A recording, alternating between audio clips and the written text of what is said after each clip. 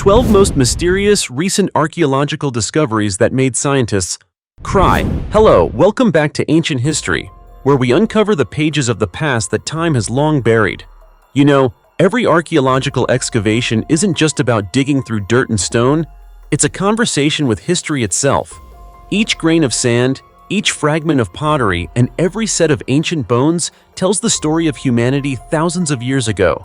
Some discoveries leave scientists completely astonished by their mystery. Some artifacts send chills down your spine because of how strange and unbelievable they are. And then, there are moments so moving that even the most seasoned archaeologists can't hold back their tears, because what they find isn't just objects, but traces of love, pain, and the memories of those who once lived. In today's video, we'll explore 12 of the most mysterious and emotional archaeological discoveries found in recent years, findings that made the world exclaim, "There are still things science just can't explain." From the tomb of a couple locked in an embrace for over 1,000 years, to a love letter hidden in a coffin for more than 400 years, to the remains revealing secrets of an unknown human species, each story will leave you speechless. So get ready, because what you're about to hear will make you believe that the past has never truly disappeared. It's simply waiting for us to rediscover it. Now, let's begin with the very first discovery.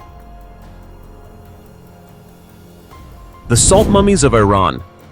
Did you know that near the quiet village of Hamzalu, about 46 miles northwest of the city of Zanjan, Iran, lies a place that seems unremarkable at first glance?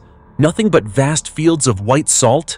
Yet beneath that layer of salt hides a secret so chilling that it has stunned archaeologists around the world. Mummified bodies preserved entirely by salt for thousands of years. This is the Cherabad Salt Mine, a natural site that dates back millions of years, formed during the Miocene epoch, long before humans ever walked the earth. But this place, made up of nothing more than salty rocks and gypsum, eventually became a collective tomb for a group of ill-fated people known as the Salt Men of Iran. The story began in 1993, when a group of miners working in Duzlak, near the village of Hamzehli, accidentally unearthed a human head embedded in solid salt. Astonishingly, the face appeared almost intact. The man's hair, mustache, and even his gold earrings were still perfectly preserved, shining as if they had just been placed there the day before. The discovery shocked authorities in Tehran, who immediately ordered the site to be sealed off and all mining operations halted. Soon after, a team of archaeologists and specialists from across Iran arrived to excavate the area. As they dug deeper, they not only found the rest of the man's body, but also a remarkable collection of personal belongings: a nearly intact leather shoe, 3 iron knives, wool clothing, silver needles, leather straps, a whetstone, a walnut, and fragments of ancient pottery. Each item served as a small puzzle piece, slowly revealing the stories of those buried here. Over time, more discoveries followed. In 2004, another body was found, and over the next 6 years, a total of 4 additional salt men were uncovered. Alongside them were wooden tools, garments, and pottery dating back roughly 2,200 years to the era of the Achaemenid Persian Empire. Based on analysis, archaeologists believe these individuals were miners who died in a catastrophic cave-in when massive blocks of salt collapsed and buried them alive. Yet each salt man tells a different story. Take the first salt man, for example. Tests showed he had B+ blood type, and his skull had a fracture near the eye socket, evidence that he had been struck on the head before death. Moreover, his gold earrings and fine clothing suggested he was a wealthy man, not a common laborer. Why was he in the mine? Was it an accident or something more sinister? No one knows for sure. Then there's the fourth salt man, a teenage boy only about 16 years old, whose body was astonishingly well preserved, crushed within a narrow crevice of the mine. The fifth salt man carried traces of tapeworm parasites, indicating he ate undercooked meat, a small but groundbreaking clue, marking the first evidence of parasitic infection in ancient Persia. As for the sixth salt man, his body remains untouched deep within the mine, so fragile that even a single touch could cause it to crumble. Experts believe that these individuals did not all die at the same time, but across different periods, with the oldest remains dating back as far as 9550 BCE. This makes the Cherabad mine a massive natural museum, where salt has acted both as a killer and a preserver, drawing moisture out of human bodies, yet keeping them remarkably intact for millennia. Today, 5 of the 6 mummies are displayed at the Zanjan Archaeological Museum and the National Museum of Iran in Tehran. If you ever find yourself in Iran, you can see these salt men with your own eyes, silent witnesses of a chapter of history buried under thousands of tons of salt, who, after countless centuries, have returned to tell their stories through the haunting stillness of time. 26 sets of remains in the House of the Devil Doctor, revealing the horrifying truth behind it. If anyone asks which case sent shivers down the spine of the entire nation of France in the 20th century, the name Marcel-André Henri Félix Petiot, better known by his chilling nickname Dr. Satan, would undoubtedly top the list. His story is not just the journey of a serial killer's crimes, but a terrifying testament to how evil can hide beneath the white coat of a healer. Petiot was born in 1897 in a quiet small town in France. From a young age, he showed abnormal signs, diagnosed with mental illness, displaying antisocial tendencies, and frequently expelled from school. Yet, in a cruel twist of fate, this very man donned the white coat and became a trusted physician. Few knew that behind his intellectual facade lurked a dark soul gradually being swallowed by the shadows. And did you know, during World War I, Petiot served in the military but was injured and required long-term treatment. Instead of recovering, he was accused of stealing medicines and medical equipment, the first act signaling the start of a chain of crimes. After the war, Petiot continued his medical studies and opened a private practice, but rather than healing the sick, he slid into shady dealings like trafficking narcotics, performing illegal abortions, and exploiting patients. Then came the real turning point in 1926, when a patient's daughter suddenly vanished after visiting his home for treatment. Police naturally suspected him, but found no evidence to charge him, and Petiot walked free. From then on, he became more cunning and cautious, only for the evil within him to reach its peak during World War II. When France fell to the Nazis, people lived in fear, and many Jews and resistance fighters sought to flee the country. Petiot exploited the chaos, posing as an escape facilitator, promising to smuggle them to safe havens, as long as they handed over cash, gold, and all their belongings. Who wouldn't trust a doctor? Who would imagine their savior was actually their killer? And so, up to 26 people followed Petiot to his house at 21 Rue Le Sueur in Paris.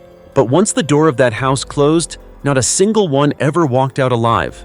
Petiot would inject cyanide into his victims, killing them instantly, then strip them of their possessions and dispose of the bodies by burning them or dissolving them in quicklime.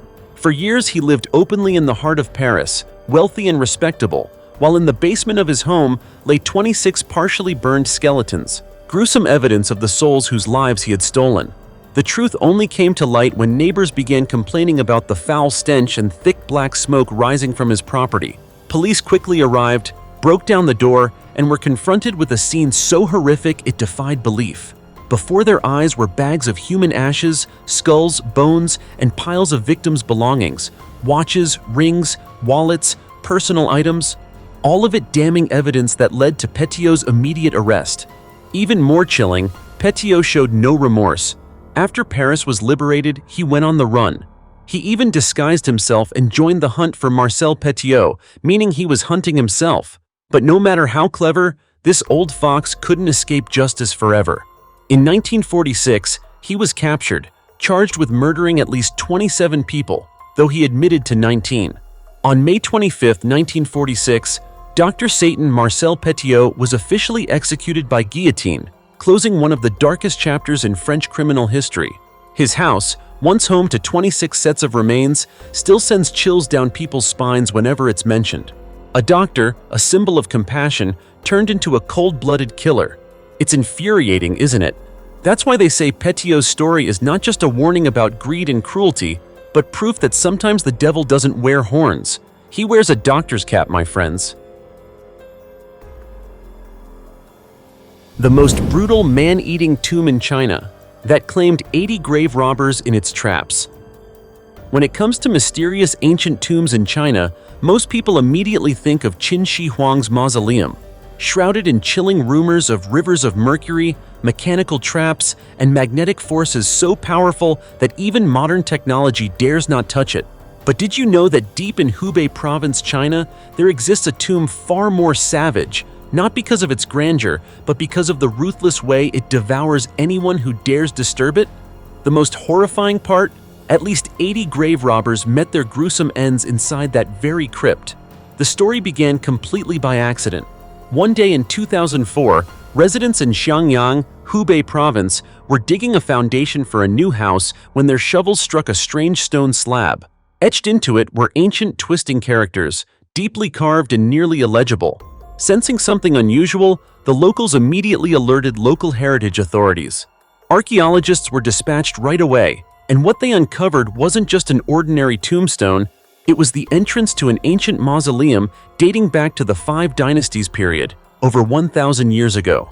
As the excavation team began clearing the passage downward, they stumbled upon a scene that left everyone stunned and chilled to the bone.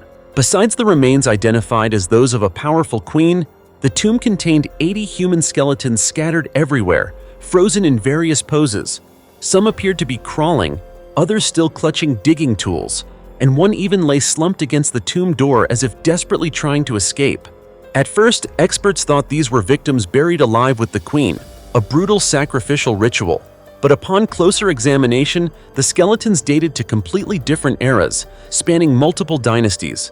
Scattered among them were grave-robbing tools, iron shovels, oil lamps, and antiquities looting gear. From this, archaeologists concluded all 80 were tomb raiders who met the same tragic fate, dying horribly inside the very tomb they intended to plunder.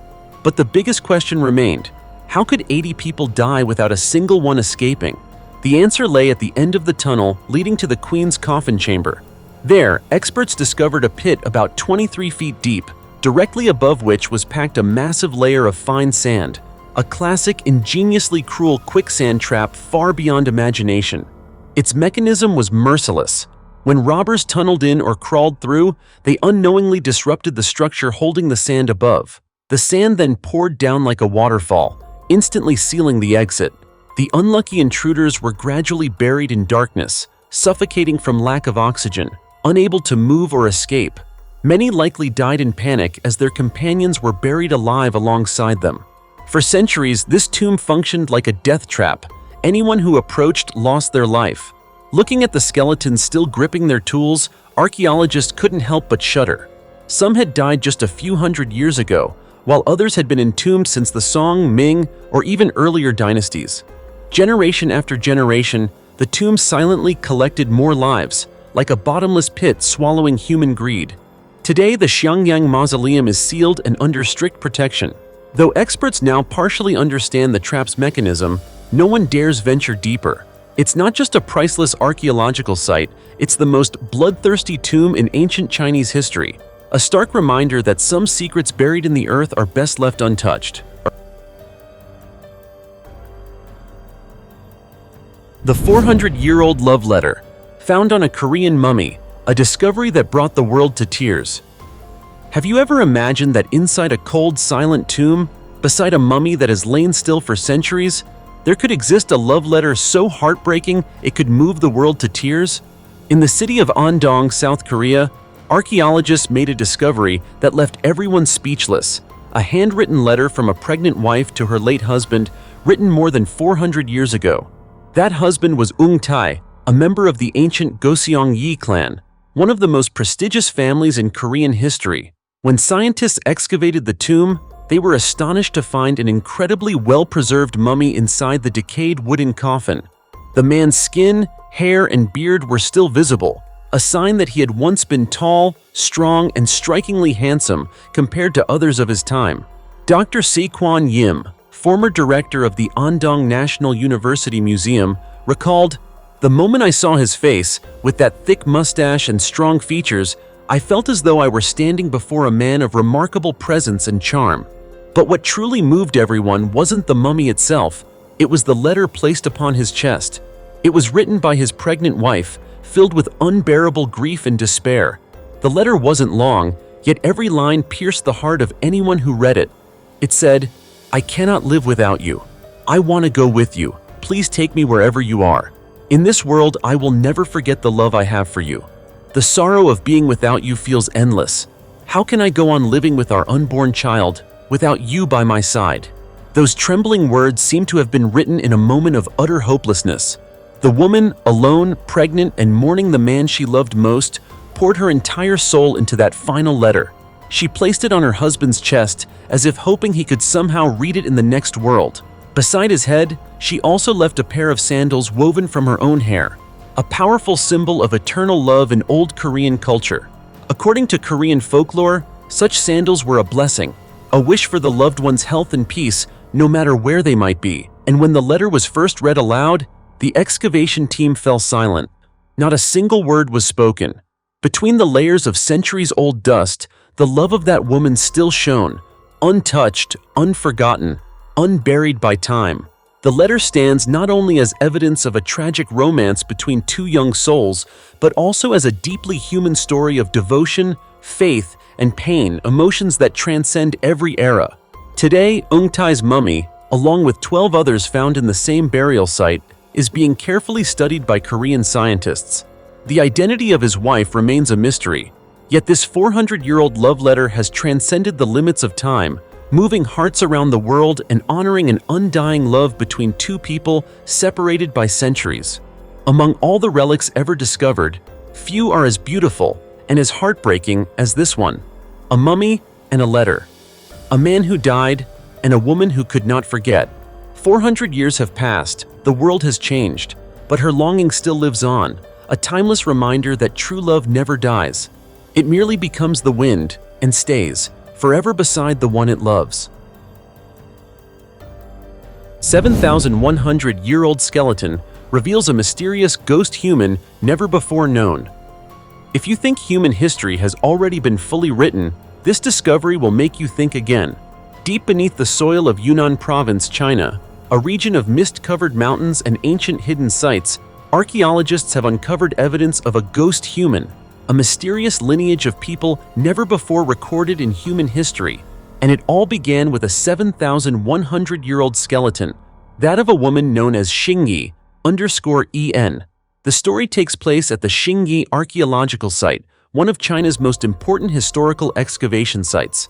There, a team of scientists analyzed the DNA of 127 ancient skeletons, aiming to reconstruct the genetic history of humans in ancient Southeast Asia. But unexpectedly, among the familiar genetic samples, a completely distinct variant appeared, a genetic signature unlike any human known, from Neanderthals to Denisovans. The individual carrying this unique DNA was none other than the woman called Xingyi_en. Xingyi_en is not just an individual from a distant past. She is a doorway into a new chapter of human history. DNA analysis revealed that her lineage belonged to an extremely ancient population, separated from the modern human evolutionary tree by at least 40,000 years. In other words, while our ancestors were migrating across the continents of Asia and Europe, this group lived in parallel, quietly, and almost entirely isolated from other populations for thousands of years. What particularly fascinated scientists is that this woman's DNA is connected to a so-called ghost population, a group of people who contributed to the genes of modern Tibetans. The term ghost population is used by geneticists to describe human groups that have never been found in fossil or skeletal form. They exist only through traces left in the DNA of later populations. In other words, they once lived, breathed, loved, and walked on Earth, but left no physical remains, only a genetic signature in their descendants. Yunnan Province, along with southwest China, has long been considered a crossroads of ancient cultures and populations. Yet this discovery shows that it was not just a meeting point, it was also home to a completely distinct branch of humanity, existing independently through tens of thousands of years of evolution. According to Dr. Xiaomei Fu, one of the project's lead researchers, this lineage represents a deeply diverged branch of humans. They split from the Homo sapiens lineage very early, existing as a parallel version of modern humans. If Neanderthals in Europe and Denisovans in Siberia are distant relatives we already know, then the Xingyi people are the mysterious cousins of Asia, living among the majestic mountains and forests of ancient China. Interestingly, their genes still persist in modern humans, especially in Tibetans, who exhibit extraordinary adaptation to high altitudes and thin air in the Himalayas.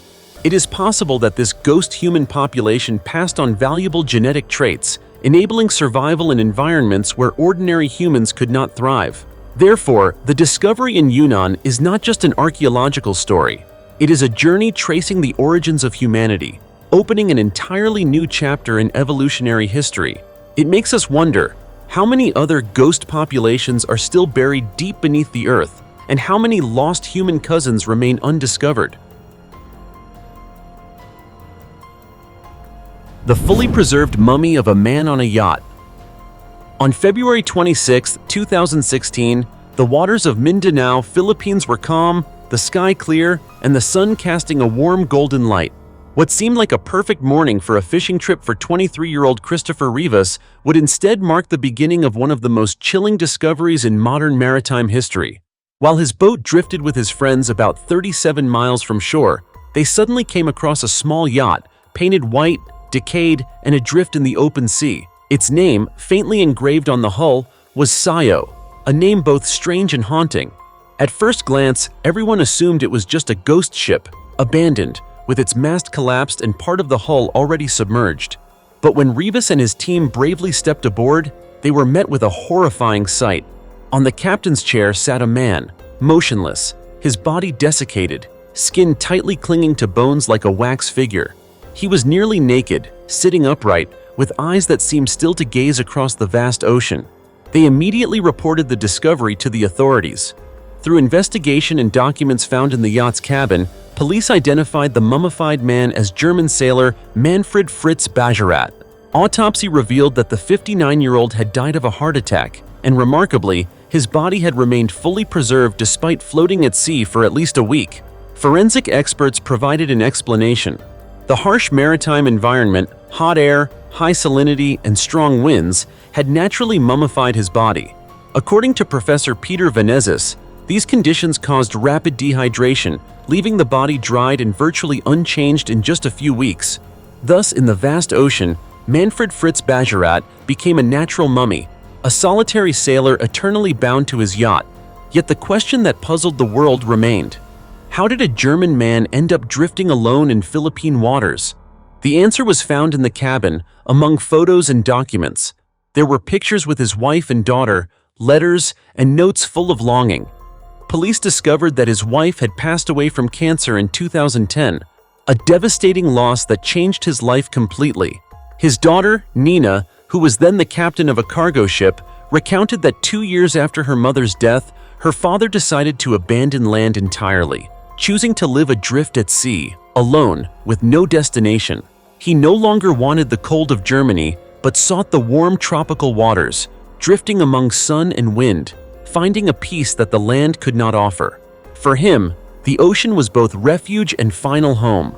Perhaps when his heart stopped beating, he was still gazing at the sea, listening to the waves, and it was that very sea that held him forever.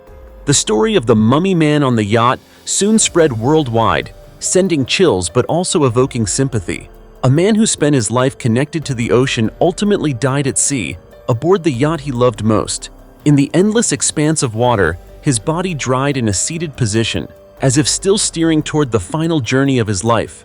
No one knows how many waters he crossed or storms he faced, but one thing is certain. Manfred Fritz Bajorat chose an ending that only someone truly belonging to the sea could understand. Resting among the waves, forever drifting toward the horizon. 44,000-year-old infant remains reveal the mystery of a hybrid child between two human species. In the world of archaeology, some discoveries leave us utterly stunned, challenging everything humanity thought it knew. This time, it was a tiny bone from an infant, found in a cave about 124 miles from Paris, France, that made scientists around the world ask, could this be evidence of a hybrid child between two human species? The story begins in Grotte du Ren, located in Arcy-sur-Cure, once home to Neanderthals between 44,500 and 41,000 years ago. The site was already famous among archaeologists for its rich artifacts and remains of Neanderthals, the closest relatives of modern humans. But when a team led by Professor Bruno Moret from the University of Bordeaux conducted deeper excavations, they unexpectedly uncovered a small, nearly unrecognizable fragment of bone, seemingly belonging to a newborn. At first glance, the fragment showed some resemblance to Neanderthals. However, detailed analyses revealed otherwise. It did not fully belong to Neanderthals, nor was it entirely like modern humans, Homo sapiens. It was a creature standing between two worlds, familiar yet strange, leaving scientists puzzled.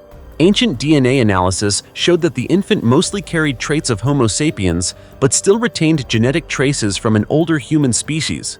In other words, this was a hybrid child between modern humans and Neanderthals, a vivid testament that the two species once coexisted, loved, reproduced, and even shared aspects of culture. Over 40,000 years ago, in the icy mountains of Europe, robust Neanderthals lived alongside the agile, graceful Homo sapiens. They hunted, crafted tools, and may even have shared fires and meals together.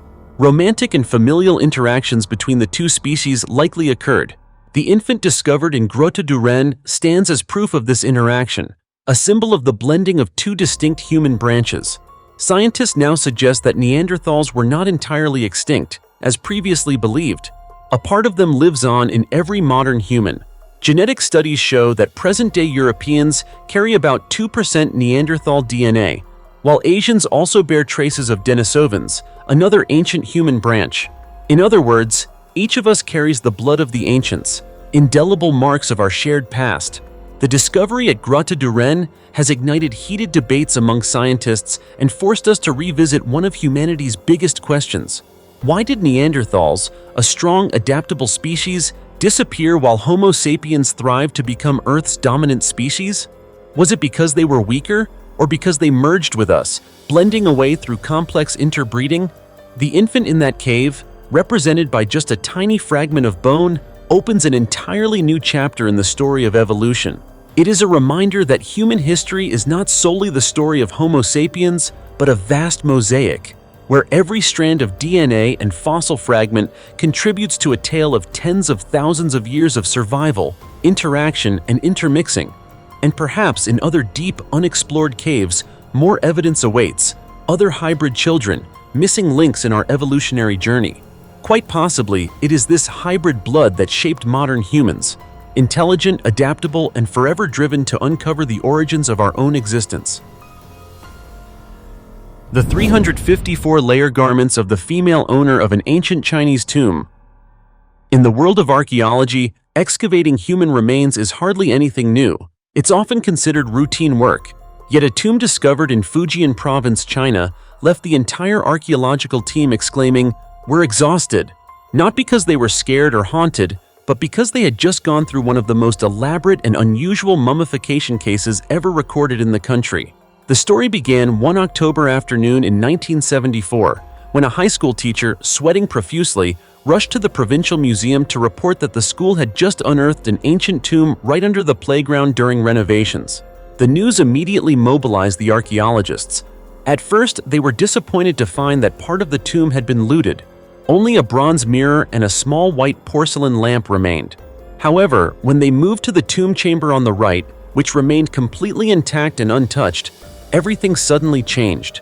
An inscribed stone tablet revealed that this was the resting place of Huang Sheng, the primary wife of Zhao Yujun, the 11th generation grandson of Emperor Taizu of Song, Zhao Kuangyin. Huang Sheng was not only a noblewoman, but also the mother of a renowned scholar during the Southern Song dynasty. The discovery excited the archaeological team. An aristocratic tomb promised the potential of invaluable artifacts from a glorious period of Chinese history. Yet what truly stunned them was not the treasure itself, but the remarkable fashion sense of the deceased woman. Upon opening the coffin, the radiant gold of her jewelry from head to toe left the team breathless. But that was not even the pinnacle. When the examination began, the specialists had to work 2 to 3 times longer than usual just to remove the layers of clothing the noblewoman was wearing. In total, she wore 354 layers of garments, no exaggeration. These layers included everything from undergarments, sleepwear, and everyday clothing to formal attire and even seasonal garments for spring, summer, autumn, and winter. Astonishingly, all the garments were made from a wide variety of precious materials: silk, satin, gauze, brocade, taffeta, and more.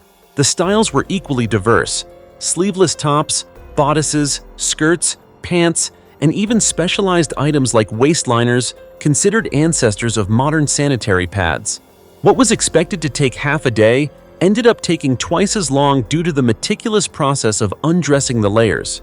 Yet the effort was far from wasted. Each layer of fabric served as a slice of history, allowing researchers to observe the extraordinary weaving techniques of the Southern Song dynasty, a craftsmanship rivaling that of earlier Han dynasty relics. The thinnest garment weighed just 0.59 ounces, almost imperceptible, demonstrating the artful mastery of silk processing and weaving. What seemed like a routine excavation transformed into a treasure trove of knowledge about the life, aesthetics, and traditional attire of noblewomen in the Song dynasty. And while the team could hardly help exclaiming, "We're exhausted," during the process, this journey through time was undoubtedly worthwhile, every thread carrying the spirit of a lost civilization.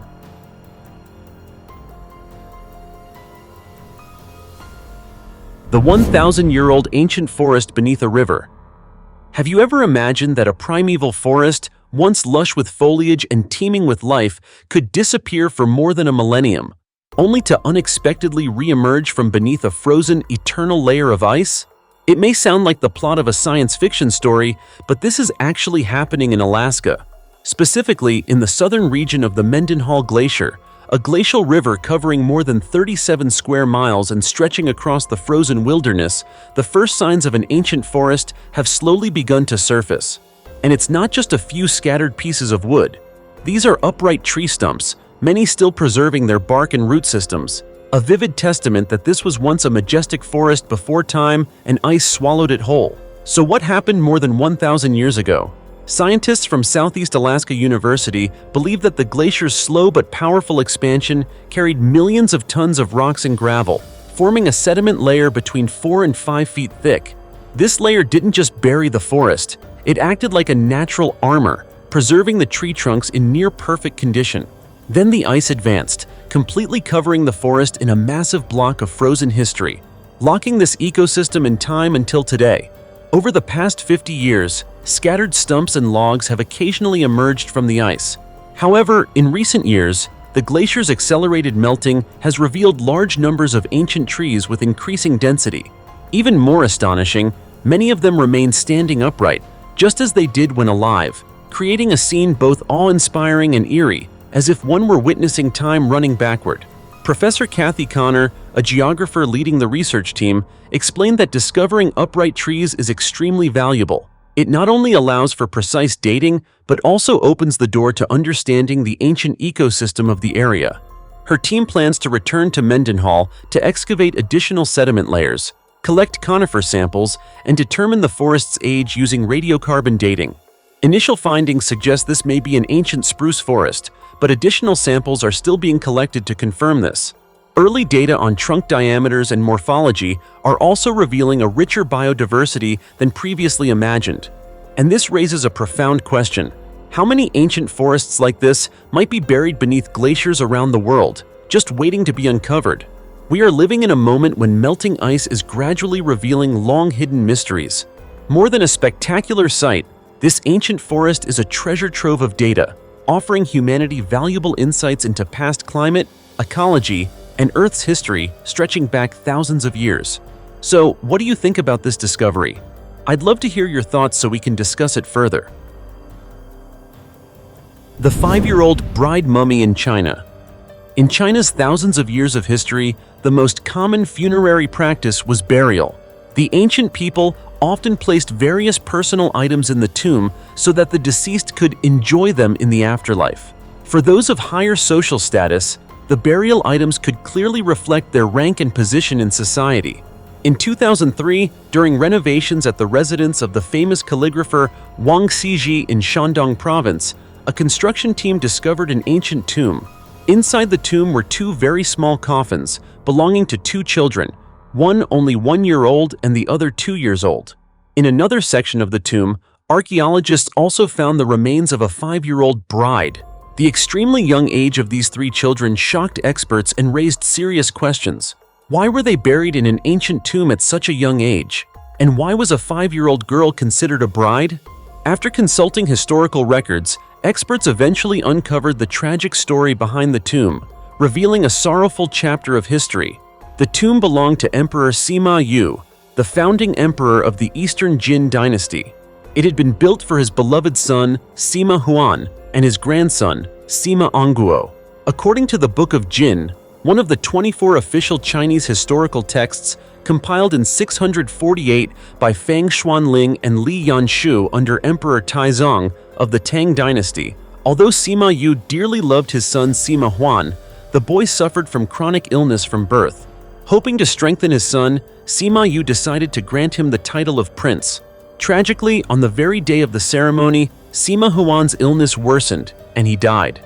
Not long after, Sima Yu's grandson, Sima Onguo, also passed away at a young age. For Sima Yu, the death of his son was a devastating blow. In response, he held a posthumous wedding, a ceremony in which a living bride is ritually married to a deceased groom and had the bride buried alive so that his son could be happy in the afterlife. This young bride was the 5-year-old girl whose remains were discovered by modern archaeologists. In ancient society, when a husband died, it was customary for his wife to be buried with him. But because Sima Huan died as a child, his father chose a 5-year-old girl to serve as his posthumous bride. Although the tomb of Sima Huan is an invaluable archaeological discovery, it also serves as a stark testament to the suffering inherent in past societies, where human life could be considered secondary to ritual, symbolism, and power. This story is a reminder not only of the harsh realities of history, but also of humanity's progress in how we value human life and rights. It is chilling to realize that a girl so young, simply because of an emperor's decree, became a burial object, forever entombed alongside a child she never knew. What do you think about this? It is both heartbreaking and infuriating, isn't it? The 200-year-old shipwreck on a Florida beach. You've probably heard the saying, every wave that hits the shore carries not only the salt of the sea, but also stories buried for centuries. Here is one such story, a mysterious tale of a shipwreck over 200 years old, recently uncovered on Crescent Beach, Florida, after a violent tropical storm. The story began when Tropical Storm Eta, a powerful storm that swept through Florida in 2020, passed through, leaving behind severely eroded beaches. What seemed like just another natural consequence soon revealed something far more extraordinary. As layers of sand were washed away, history began to emerge. Decayed wooden planks and ancient structures started to appear, not driftwood or debris, but the hidden remains of a centuries-old ship, buried deep beneath the sands of Crescent Beach. As fate would have it, the first person to notice this unusual sight was a local resident named Mark O'Donoghue. On a typical morning stroll along his familiar beach, he spotted strange pieces of wood emerging from the sand and sensed that something was not ordinary. He immediately contacted Chuck Meade, director of the LAMP Maritime Archaeology Project, a team dedicated to studying and preserving Florida's maritime heritage. Without hesitation, the LAMP team arrived at the site.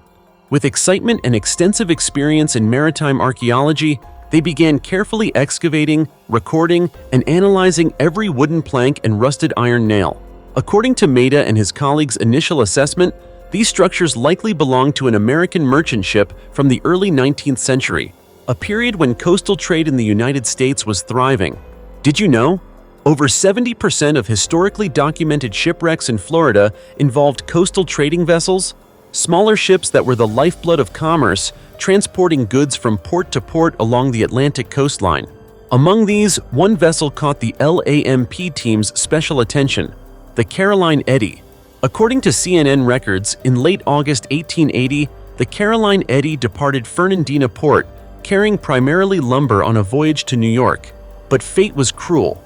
A mishap during the night caused the ship to founder, and it sank, its remnants lying hidden for nearly a century and a half until now revealed once again to the sunlight.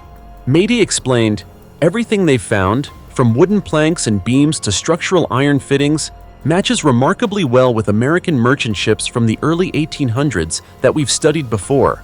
While the process of precisely dating the ship is ongoing and painstaking, each clue slowly pieces together like an ancient puzzle." Tropical Storm Eta, which initially seemed like a destructive force, inadvertently opened a window to the past, transporting us back to America's maritime history. And in every layer of sand stripped away, one doesn't just see rotting wood and rusted nails. You can almost feel the breath of the sailors who once braved the waves, fought the storms, and ultimately rest forever beneath the ocean's depths. 6 pirate skeletons reveal secrets of the golden age of piracy on the high seas.